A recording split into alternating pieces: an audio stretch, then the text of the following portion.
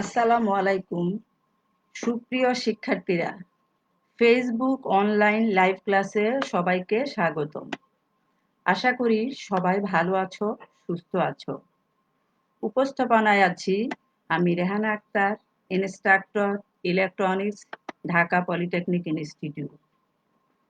Corona ভাইরাসের চলমান পরিস্থিতিতে দেশের সকল শিক্ষা প্রতিষ্ঠান বন্ধ রয়েছে। তাই তোমাদের পড়ালেখার ধারাবাহিকতা রক্ষার স্বার্থে কারিগরি ও মাদ্রাসা শিক্ষা বিভাগের নির্দেশনায় কারিগরি শিক্ষা অধিদপ্তরের পরিকল্পনা ও বাস্তবায়নে A2I প্রকল্পের কারিগরি সহায়তায় আজকের এই লাইভ ক্লাস পরিচালিত হচ্ছে। আশা করি তোমরা সবাই খাতা কলম নিয়ে বসে গেছো। আর তোমরা আমার কথা শুনতে পারছো তো? কোনো সমস্যা হলে কমেন্ট করো। আজকে আমি যে বিষয়টি নিয়ে তোমাদের সাথে আলোচনা করব সেটি হলো প্রিন্সিপালস অফ ডিজিটাল ইলেকট্রনিক্স। এর বিষয় কোড 66842। এই বিষয়টি ইলেকট্রনিক্স ও কম্পিউটার টেকনোলজির ছাত্রছাত্রীদের জন্য। এটি চতুর্থ পর্বের একটি সাবজেক্ট। এই সাবজেক্টটিতে মোট 12টি অধ্যায় আছে। আজকে আমি এর প্রথম অধ্যায় নিয়ে তোমাদের সাথে আলোচনা করব। প্রথম অধ্যায়, ডিজিটাল ইলেকট্রনিক্সের মৌলিক ধারণা।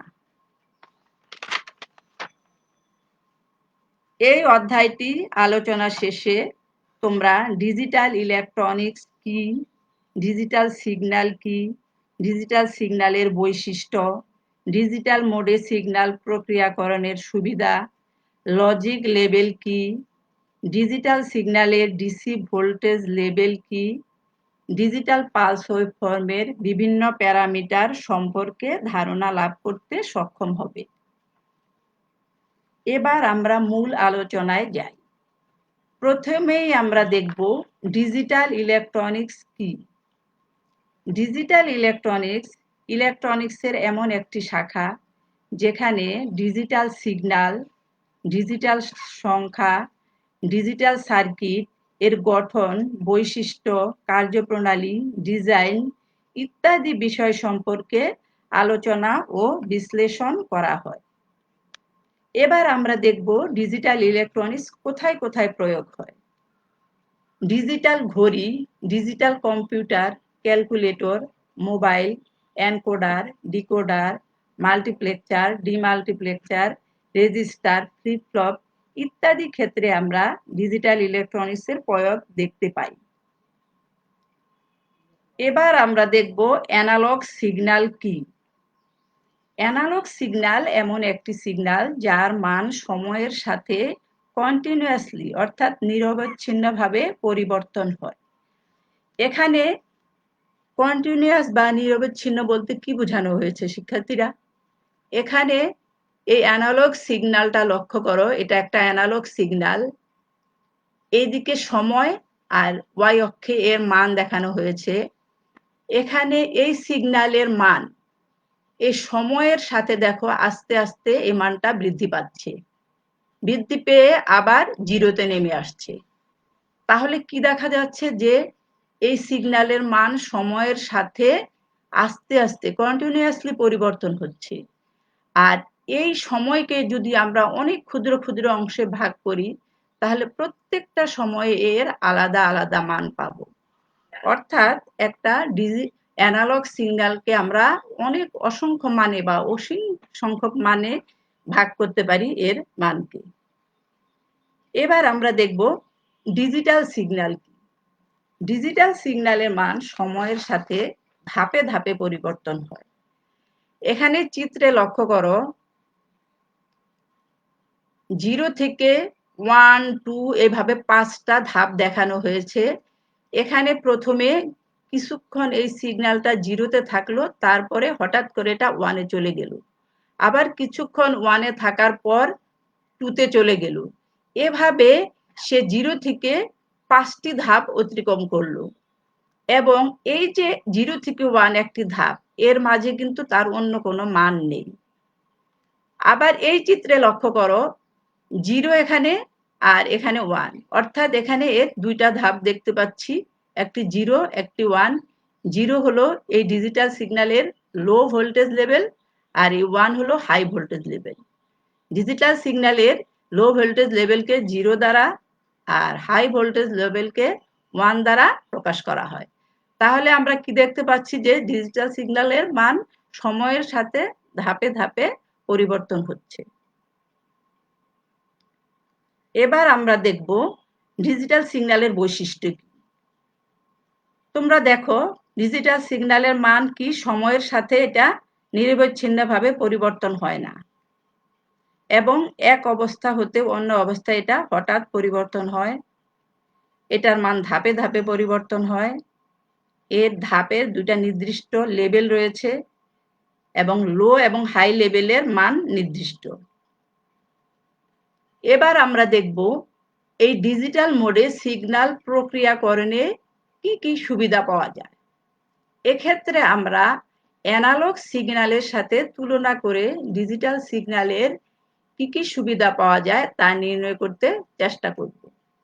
এখানে দেখো প্রথমে ইলেকট্রিক্যাল নয়েজ। ইলেকট্রিক্যাল নয়েজ কি শিক্ষার্থীরা? ইলেকট্রিক্যাল নয়েজ হলো একটা ইলেকট্রিক্যাল আনওয়ান্টেড কোয়ান্টিটি, যাতে কোনো ইনফরমেশন বা তথ্য থাকে না, অর্থাৎ যেখানে ইলেকট্রিক্যাল সিগন্যাল তথ্য বহন করে আর ইলেকট্রিক্যাল নয়েজ কোনো তথ্য বহন করে না। এই ইলেকট্রিক্যাল নয়েজ বিভিন্ন কারণে সার্কিটের মধ্যে, যেমন বজ্রপাত, বৈদ্যুতিক মোটর ইত্যাদির কারণে সার্কিটের সৃষ্টি হয়ে থাকে। আর এই ইলেকট্রিক্যাল নয়েজ দ্বারা অ্যানালগ সিগন্যাল সহজেই আক্রান্ত হয়ে এর মানের পরিবর্তন করতে পারে। কিন্তু ডিজিটাল সিগন্যাল এই ইলেকট্রিক্যাল নয়েজ দ্বারা আক্রান্ত হতে পারে, তবে যেহেতু ডিজিটাল সিগন্যালের দুইটা মাত্র লেভেল, এর জন্য সহজেই এই নয়েজটা আমরা শনাক্ত করতে পারি। এবার দেখো খরচ। খরচ বলতে এখানে কি বোঝানো হয়েছে, যে তোমরা জানো যখন একটা আমরা অ্যানালগ সার্কিট তৈরি করি এতে আলাদা আলাদা কম্পোনেন্ট লাগে, ফলে সার্কিটটা আকারে বড় হয় এবং এটার খরচও বেশি পড়ে। কিন্তু যেহেতু ডিজিটাল সার্কিট আইসি দ্বারা তৈরি, ফলে অল্প জায়গায় অল্প খরচে আমরা একটা সার্কিট তৈরি করে ফেলতে পারি। প্রদর্শন। প্রদর্শন হলো তোমরা যখন কোনো ভোল্টেজ বা কারেন্ট মেজার করো, তোমরা কি ব্যবহার করো? অ্যানালগ মাল্টিমিটার অথবা ডিজিটাল মাল্টিমিটার।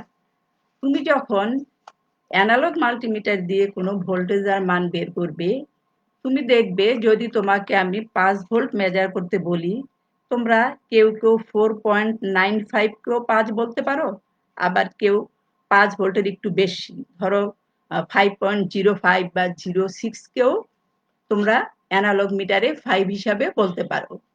কিন্তু ডিজিটাল মিটার দিয়ে যখন তুমি মেজার করবে, তখন যেহেতু এটা সংখ্যা নির্দেশ করবে, ফলে 5 ভোল্ট 5 হিসাবেই দেখাবে আর 4.95 ভোল্ট 4.95 ভোল্ট হিসাবে দেখাবে। ফলে ডিসপ্লেটা খুব ডিজিটাল সিস্টেমে নিখুঁত এবং সূক্ষ্ম হবে। ডাটা সংরক্ষণ। ডাটা সংরক্ষণ বলতে বোঝানো হয়েছে যে আমরা জানি কি ডাটাকে জমা রাখাকে সংরক্ষণ করা বলা হয়। ডাটা সংরক্ষণ কি কোথায় করা হয়? মেমোরিতে। অ্যানালগের তুলনায় ডিজিটাল সিস্টেমে একটা মেমোরিতে অল্প সময়ে অনেক বেশি ডাটাকে তুমি জমা রাখতে পারবে। নির্ভরশীলতা।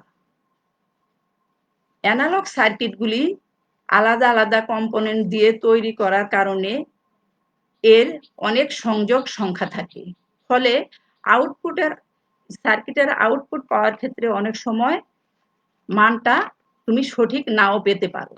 কিন্তু ডিজিটাল সার্কিট যেহেতু আইসি দ্বারা তৈরি, ফলে এর সংযোগ সংখ্যা কম থাকে এবং ফলে আমরা সার্কিটের নির্ভরযোগ্য আউটপুট পেতে পারি। ভুল নির্ণয় ও রক্ষণাবেক্ষণ। ভুল নির্ণয় হলো যে একেবারে আগে যে কথাটা বললাম, অ্যানালগ সার্কিটে কি আলাদা আলাদা কম্পোনেন্ট দিয়ে তৈরি করা হয়, ফলে সার্কিট যদি কাজ না করে তাহলে ভুল নির্ণয় করতে একটু সময় লাগে। কিন্তু যেহেতু ডিজিটাল সিগন্যালে বা সিস্টেমে যে আইসি ব্যবহার করা হয় সেখানে সহজেই কোনো যদি ভুল হয় সহজে এটা নির্ণয় করা যায়, এবং আইসিটা পরিবর্তন করলেই আমরা সহজেই পরিবর্তন করতে পারি এবং সার্কিটের রক্ষণাবেক্ষণ করতে পারি। এবার কি দেখছি, আইসি ফেব্রিকেশন। অ্যানালগ আইসির তুলনায় ডিজিটাল আইসিতে দেখা গেছে যে অল্প জায়গায় অনেক বেশি ইলেকট্রনিক কম্পোনেন্ট বা সার্কিটকে ফেব্রিকেশন করা সম্ভব। তাহলে এই বিষয়গুলি বিবেচনা করে আমরা দেখলাম যে ডিজিটাল মোডে সিগন্যাল প্রক্রিয়াকরণের সুবিধাই বেশি। এবার আমরা দেখব ডিজিটাল সিগন্যালের লজিক লেভেল কি। আমরা জানি, প্রথমেই আমি বলেছি ডিজিটাল সিগন্যালে কি নির্দিষ্ট ধাপ থাকবে, অর্থাৎ দুইটা নির্দিষ্ট ধাপ বা অবস্থা থাকবে, একটি হাই বা 1, আরেকটি হলো লো বা 0। এই যে দুইটা অবস্থা হাই বা লো, এই হাই বা লো এর যে কোনো একটা অবস্থাকে বলা হয় ডিজিটাল সিগন্যালের লজিক লেভেল। এই হাই বা 1 কে লজিক 1 বলা হয় বা অন বলা হয়, আর লো বা 0 কে লজিক 0 বা অফ বলা হয়। আর ডিজিটাল সিস্টেমে এই লজিক লেভেলকে আমরা আবার দুইভাবে প্রকাশ করতে পারি, পজিটিভ লজিক সিস্টেম আর negative logic system. Positive logic system হলো এখানে 0কে একটা ডিজিটাল সিগন্যালের লো ভোল্টেজ লেভেলকে আমরা লজিক 0 বলি, আর হাই ভোল্টেজ লেভেলকে লজিক 1 বলি। আর নেগেটিভ লজিক সিস্টেমে লো ভোল্টেজকে লজিক 1 আর হাই ভোল্টেজকে লজিক 0 বলে থাকি। তবে সার্কিটে পজিটিভ লজিক সিস্টেমই ব্যবহৃত হয়ে থাকে। এবার চিত্রে লক্ষ্য করো, এখানে এই চিত্রে কি দেখানো হয়েছে, লজিক 0, আর এখানে এই চিত্রে দেখানো হয়েছে কি লজিক 1। এখানে তুমি লক্ষ্য করো লজিক 0 এবং লজিক 1 এর মাঝে ইনডিটারমিনেট রিজিয়ন দেখানো হয়েছে। আমি আগেই বলেছি লজিক 0 কি, সিগন্যালের লো ভোল্টেজ লেভেল, এবং এই ভোল্টেজ কত, 0 ভোল্ট। কিন্তু এখানে তুমি দেখো এখানে লেখা আছে 0 ভোল্ট, আর এখানে ভি অফ ম্যাক্সিমাম কত, 0.8 ভোল্ট। অর্থাৎ লজিক 0 বলতে আমি 0 ভোল্ট থেকে 0.8 ভোল্ট পর্যন্তকে বোঝাবো। অর্থাৎ লজিক 0 হলো 0 থেকে 0.8 ভোল্ট পর্যন্ত। একইভাবে লজিক 1 হলো কি, মিনিমাম 0.2 ভোল্ট। এখানে 0.2 ভোল্ট, এখানে হলো 5 ভোল্ট। তাহলে লজিক 1 হলো 2 ভোল্ট থেকে 5 ভোল্টের মধ্যে অবস্থান করবে। আর এই 0.8 থেকে 2 ভোল্ট পর্যন্ত এটা ইনঅ্যাক্টিভ স্টেট, অর্থাৎ এই মানের মধ্যে এটা লজিক 0 বা 1 হিসেবে কাজ করবে না। এখানে লক্ষ্য করো একটা লজিক গেট দেখানো হয়েছে, এটা হলো ন্যান্ড গেট। এটা তোমরা পরবর্তীতে আমি 4 নাম্বার অধ্যায়ে দেখাবো। এটা একটা ন্যান্ড গেট, এর দুইটা ইনপুট আর এটা হলো তার আউটপুট। এর ইনপুটে আমরা কি দিব, এই লজিক 0 বা লজিক 1 দিব। এর লজিকের ভিত্তিতে আমরা এখানে কি পাবো, লজিক 0 বা লজিক 1। তাহলে এখানে লক্ষ্য করো এই ফিগারটা ছিল কি, একটা টিটিএল এর ইনপুট ভোল্টেজ লেভেল। টিটিএল কি, ট্রানজিস্টর লজিক। অর্থাৎ এই যে লজিক গেটগুলি কিসের, টিটিএল মানে ট্রানজিস্টরের তৈরি হতে পারে অথবা সিমসের তৈরি হতে পারে। তাহলে এই ফিগারটা, এই মানটা ছিল ইনপুটের জন্য। এবার আউটপুটের ক্ষেত্রে মানটা কত হবে, লজিক 0 হবে 0 ভোল্ট থেকে 0.4 পর্যন্ত, আর লজিক 1 হবে 2.7 থেকে 5 ভোল্ট পর্যন্ত। এটাকে আমি লজিক 1 বলবো। এটা কি, আউটপুট ভোল্টেজ লেভেলের জন্য প্রযোজ্য। এবার দেখো আমরা কি দেখব, identify DC voltage level of digital signal. অর্থাৎ একটা ডিজিটাল সিগন্যালের ভোল্টেজ লেভেল কিভাবে আইডেন্টিফাই বা শনাক্ত করতে হয় আমরা এই চিত্রের মাধ্যমে দেখব। এখানে তোমরা লক্ষ্য করো, এখানে কি একটা নীল সিগন্যাল দেখতে পাচ্ছি আমরা, একটা নীল সিগন্যাল আর একটা কি সবুজ সিগন্যাল। আচ্ছা, তোমরা বলো তো এই নীল সিগন্যালের নাম কি আর সবুজ সিগন্যালের নাম কি? নিশ্চয়ই তোমরা বলতে পারবে। নীলটা হলো কি অ্যানালগ সিগন্যাল আর সবুজ সিগন্যালটা হলো ডিজিটাল সিগন্যাল। এই নীল সিগন্যাল অর্থাৎ অ্যানালগকে কিভাবে ডিজিটালে কনভার্ট করা হয়? এডি কনভার্টর, অর্থাৎ অ্যানালগ টু ডিজিটাল কনভার্টর দিয়ে আমরা এই অ্যানালগ সিগন্যালকে ডিজিটাল সিগন্যালে কনভার্ট করে থাকি। এখন এই কনভার্সন প্রক্রিয়া চলার সময় অ্যানালগ সিগন্যালের ভ্যালুকে দেখো, এখানে সময়কে 0 থেকে 2, 4, 6 এভাবে একটা নির্দিষ্ট সময়ের ব্যবধানে এর সময়কে ভাগ করা হয় এবং এই প্রত্যেকটা সময়ের জন্য আমরা দেখি যে কি এই 2 মিলি সেকেন্ডে কত পেলাম মান? 3 বা 3 এর একটু বেশি। আবার 4 মিলি সেকেন্ডে পেলাম কত? 6 বা 6 এর একটু বেশিও হতে পারে। এইভাবে প্রত্যেকটা সময়ের জন্য আমরা কি পাবো? ডিজিটাল ভ্যালু পাবো। এই ডিজিটাল ভ্যালুগুলিকে কি করা হয়? পরবর্তীতে কোডিং করা হয়, অর্থাৎ এই ডিজিটাল সিগন্যালের ভ্যালুগুলিকে বা অ্যামপ্লিটিউডগুলিকে বাইনারিতে কনভার্ট করা হয়। বাইনারিতে কনভার্ট করলে এর আমরা কি ডিজিটাল ভোল্টেজ লেভেল পেয়ে থাকি। তাহলে এখানে দেখো, এখানে কি আছে 3, তাহলে এখানে ম্যাক্সিমাম 3, তাহলে এখানে দেখো এই 3 ডিজিটাল ভোল্টেজ লেভেলের মান কত? 0, 1, 1। 3 বাইনারি আমরা কত জানি? 0, 1, 1। এটাও আমরা, তোমরা হয়তো এখন জানো না, তাও আমি বললাম, কেননা এটা আমরা দ্বিতীয় চ্যাপ্টারে নাম্বার সিস্টেমে জানবো যে 3 বাইনারি হইল মূলত 1, 1, কিন্তু এখানে একটা বাই একটা 0 আমরা এই কারণে দিব যেহেতু এখানে ম্যাক্সিমাম ভোল্টেজ 7 দেখানো হয়েছে, তাহলে 7 মানে বাইনারির সাথে এটা একটা অক্টাল নাম্বার সিস্টেম আমরা বলতে পারি। বাইনারির সাথে অক্টাল নাম্বার সিস্টেমের 3 বেস সম্পর্ক, 3 বিট সম্পর্ক। এর জন্য 3 বাইনারি হবে 0, 1, 1।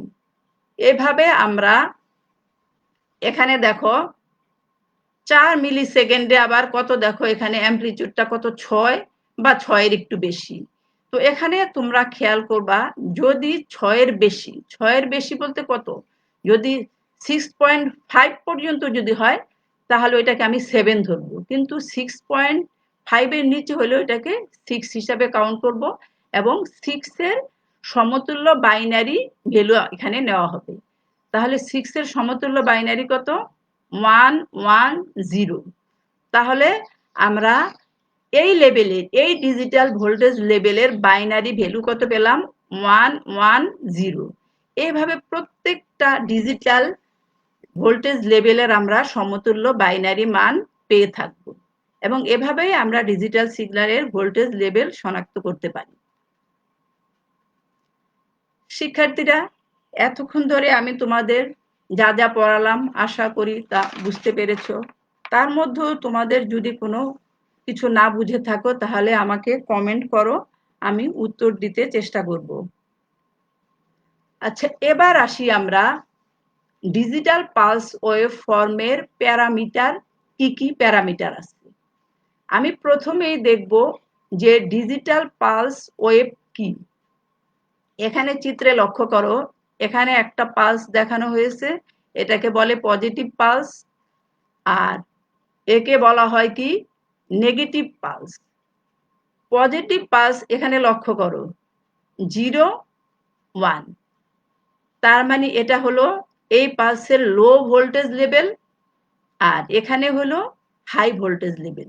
কেননা এই 0 মানে লজিক 0 আর 1 মানে লজিক 1, এটা 5 ভোল্ট হতে পারে। তাহলে এখানে এটাকে আমি কেন পজিটিভ পালস বলবো? যেহেতু এখানে 0 থেকে, এই পালসটা 0 থেকে 1 এ গিয়ে এর অ্যামপ্লিটিউড কিছুক্ষণ অবস্থান করার পর মানে স্থির থাকার পর আবার 0 তে চলে আসবে। এর জন্য একে বলা হয় পজিটিভ পালস। আর পালস কেন বলবো, যেহেতু এর মানটা 0 থেকে 1 এ গিয়ে কিছুক্ষণ এর অ্যামপ্লিটিউড স্থির থাকবে, আবার 0 তেই নেমে আসবে, কিন্তু নেগেটিভ দিকে কিন্তু আসেনি।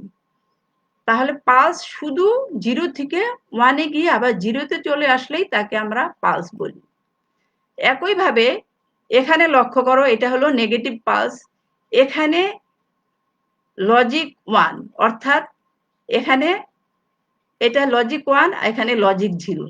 তাহলে নেগেটিভ পালস মানে কি, হাই ভোল্টেজ লেভেল থেকে এটা লো ভোল্টেজ লেভেলের দিকে যেয়ে এর অ্যামপ্লিটিউডটা স্থির হয়ে আবার হাই ভোল্টেজ লেভেলে চলে আসে। তাহলে এটা হলো কি নেগেটিভ পালস। তাহলে আমরা পজিটিভ পালস কি এবং নেগেটিভ পালস কি এটা বুঝতে পারলাম।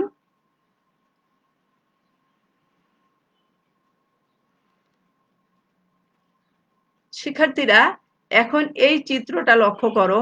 একটু আগে আমি পজিটিভ এবং নেগেটিভ পালস দেখিয়েছি, সেখানে দেখো সেই চিত্রের সাথে এই চিত্রের কি কোনো পার্থক্য দেখতে পাচ্ছ?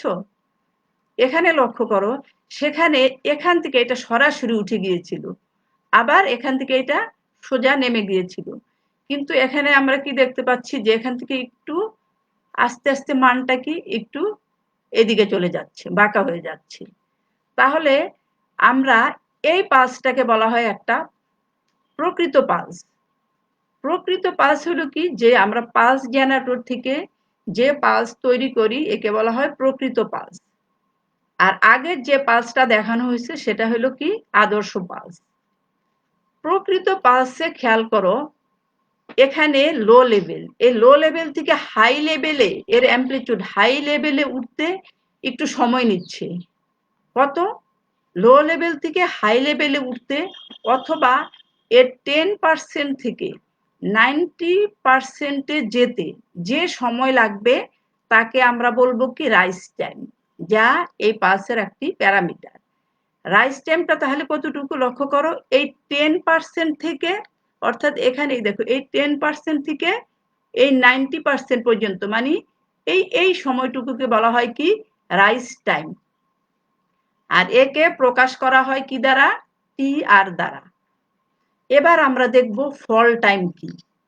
একইভাবে দেখো, এখানে 100%, একটু নিচে হলো 90%, 90% থেকে আবার 10%-এ নামতে, অর্থাৎ হাই লেভেল থেকে এখন লো লেভেলে নেমে আসতে এর যে সময় লাগে একে বলা হয় কি ফল টাইম। এখানে কিন্তু 100% না, 90 থেকে 10%-এ নামতে যে সময়টা লাগবে তাকে আমরা ফল টাইম বলবো। আর এই ফল টাইমটা কতটুকু?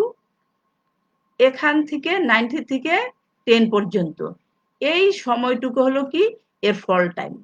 আর একে প্রকাশ করা হয় টি এফ দ্বারা। তাহলে তোমরা রাইজ টাইম কি ফল টাইম কি বুঝতে পারলা।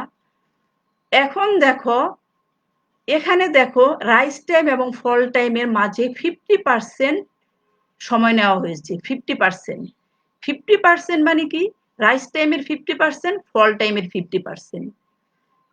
রাইজ টাইম এবং ফল টাইমের 50%-এর যে সময়ের পার্থক্য একে আমরা বলবো কি পালস উইথ। পালস উইথটা কতটুকু লক্ষ্য করো, এই যে এখান থেকে এই পর্যন্ত এইটুকুকে আমরা কি বলবো পালস উইথ। একে টি ডাব্লিউ দ্বারা প্রকাশ করা হয়। এবার দেখো কি দেখতে পাচ্ছ, পালস রেট ও ফ্রিকোয়েন্সি। এখানে আমরা আরেকটা চিত্র দেখতে পাচ্ছি। এখানে লক্ষ্য করো, এটা কি, অবশ্যই একটা পালস 0 থেকে প্লাসে চলে গেছে, এখানে একটা পালস, এখানে একটা পালস। এখান থেকে এখানে এই পর্যন্ত এটাকে বলা হয় হাফ সাইকেল, আর এখান থেকে এতটুকুকে বলা হয় নেগেটিভ হাফ সাইকেল। আর পালস উইথ হলো এখান থেকে এতটুকু পর্যন্ত। তাহলে পালস রেট হলো কি, সেকেন্ডে এরকম কয়টা পালস সম্পন্ন হয় তার সংখ্যাকে আমরা পালস রেট বলবো। আর ফ্রিকোয়েন্সি বলবো একটা ফুল সাইকেল, এখান থেকে এতটুকু একটা ফুল সাইকেল, সেকেন্ডে কয়টা ফুল সাইকেল সম্পন্ন হয় তার সংখ্যাকে বলা হয় কি ফ্রিকোয়েন্সি। আর পিরিয়ড হলো, লক্ষ্য করো, পিরিয়ড হলো যে একটা ফুল সাইকেল সম্পন্ন হতে যে সময় লাগে তাকে বলা হয় পিরিয়ড। একে টি দ্বারা প্রকাশ করা হয়। এবারে দেখো ডিউটি সাইকেল, এটা ডিজিটাল পালসের একটা গুরুত্বপূর্ণ প্যারামিটার। ডিউটি সাইকেলটা কি? যে পিরিয়ডিক পালস ওয়েভের পালস উইথ এবং পিরিয়ডের অনুপাতের শতকরা হারকে আমরা কি বলবো? Duty cycle. এখানে লক্ষ্য করো periodic pulse wave. Periodic pulse wave কি? এই যে দেখো এখান থেকে এটা উপরে টি অন আর টি অফ, মানে এখান থেকে এতটুকু পর্যন্ত একটা হলো কি ফুল সাইকেল। যখন এইরকম ফুল সাইকেল বারবার আসবে, দেখো একই রকম বারবার আসবে, তখন একে আমরা বলবো কি পিরিয়ডিক পালস ওয়েভ। তাহলে এই পিরিয়ডিক পালস ওয়েভের কি এইটুকু হলো পালস উইথ এবং এই টোটাল পিরিয়ডের শতকরা হারকে আমরা ডিউটি সাইকেল বলবো। আর এই ডিউটি সাইকেল 50% কখন হবে? যখন এই দুইটা পজিটিভ হাফ সাইকেল এবং নেগেটিভ হাফ সাইকেল যদি সমান হয় তাহলে ডিউটি সাইকেল 50%। তবে এখানে কি, এখানে কিন্তু সমান না, তার মানে ডিউটি সাইকেল কম, যেহেতু টি অনটা এখানে কম তাহলে ডিউটি সাইকেলটা কম হবে। আচ্ছা, এখানে দেখো একটা চিত্র লক্ষ্য করো, এখানে কি দেওয়া আছে যে একটা পালস ওয়েভ এখানে 0 থেকে শুরু করে 100% গিয়ে উপরে উঠে গেল, তাহলে একে বলা হয় কি ওভারশুট। আর উপরে ওঠার পর এ আবার নিচে 100% নামার সময় কি হয়, একটা অসিলেশন, একটা ড্যাম্প অসিলেশনের সৃষ্টি হয়, একে বলা হয় কি রিঙ্গিং। রিঙ্গিং এর পর কিন্তু এর ভ্যালুটা স্টেডি হয়ে যায়, কিন্তু 100% না গিয়ে এটা 90% যায়, ফলে 100 এবং 90 এর মাঝে একটা গ্যাপ থাকে, একে বলা হয় কি ড্রপ। এগুলো কিন্তু একটা পালস ওয়েভের প্যারামিটার নাই, এগুলো কিছু প্রবলেম, অসুবিধা, ওভারশুট, রিঙ্গিং, ড্রপ, এগুলি কন্ট্রোলার সার্কিট দিয়ে দূর করে আদর্শ পালস তৈরি করা হয়। তাহলে শিক্ষার্থীরা, এতক্ষণ আমরা তোমাদের প্রথম চ্যাপ্টারে যা যা বিষয় আছে আমরা এগুলি তোমাদের পড়াতে চেষ্টা করলাম। এখন তোমাদের এই প্রথম চ্যাপ্টারের উপর আমি কিছু বাড়ির কাজ দিলাম। এখানে একটু দেখো কি দিলাম। ডিজিটাল ইলেকট্রনিক্স কি, কয়েকটি অ্যানালগ ও ডিজিটাল ডিভাইসের নাম, ডিজিটাল মোডে সিগন্যাল প্রক্রিয়াকরণের সুবিধা, লজিক লেভেলের বর্ণনা, কিছু সংজ্ঞা, rise time, fall time, pulse width, duty cycle, time period, frequency. এই প্রশ্নের উত্তরগুলি তোমরা একটা খাতা তৈরি করবে, করে সুন্দর করে খাতায় লিখবে এবং পড়বে। আর যখন আমাদের ইনস্টিটিউট খুলবে তুমি তোমার সংশ্লিষ্ট শিক্ষককে এই খাতাটা অবশ্যই দেখাবে, কারণ এর মার্ক তোমার সেশনালে কিন্তু যোগ হবে। আরেকটি কথা, এই প্রশ্নগুলি ভালো মতো পড়বে, কারণ এর থেকে তোমার পরীক্ষায় কিন্তু এর মধ্যে কমন পড়বে। এই প্রশ্নগুলি যদি পড়ো এর মধ্যে তুমি প্রশ্ন কমন পাবে। এবার দেখো আমি যা যা পড়ালাম আশা করি তোমরা বুঝতে পেরেছো। তারপরও যদি তোমাদের কোনো প্রশ্ন থাকে তাহলে তোমরা আমাকে প্রশ্ন করতে পারো। তোমাদের যদি কোনো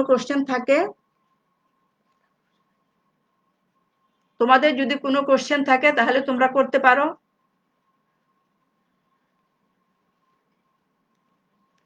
আচ্ছা, আগামী ক্লাসে আমি তোমাদের কি বিষয় পড়াবো? আগামী ক্লাসে আমি তোমাদেরকে দ্বিতীয় অধ্যায় নাম্বার সিস্টেম ও বাইনারি অ্যারিথমেটিক অপারেশন এই বিষয়ে তোমাদের আমি পড়াবো। তাহলে ওই দিন কিন্তু অবশ্যই তোমরা সাথে ক্যালকুলেটর লাগবে, খাতা কলম এবং ক্যালকুলেটর লাগবে, যেহেতু নাম্বার সিস্টেম এখানে অঙ্ক থাকবে, অবশ্যই সাথে ক্যালকুলেটর লাগবে। আর এই ভিডিওটি যদি তোমরা পুনরায় দেখতে চাও তবে দক্ষতা বাতায়ন বা www.skills.gov.bd এই ওয়েবসাইটে ভিজিট করলে তোমরা এই ভিডিওটি আবার দেখতে পারবে। তাহলে আগামী ক্লাসে আবার দেখা হবে। সে পর্যন্ত সবাই ভালো থাকো, সুস্থ থাকো, এই প্রত্যাশায় বিদায় নিচ্ছি।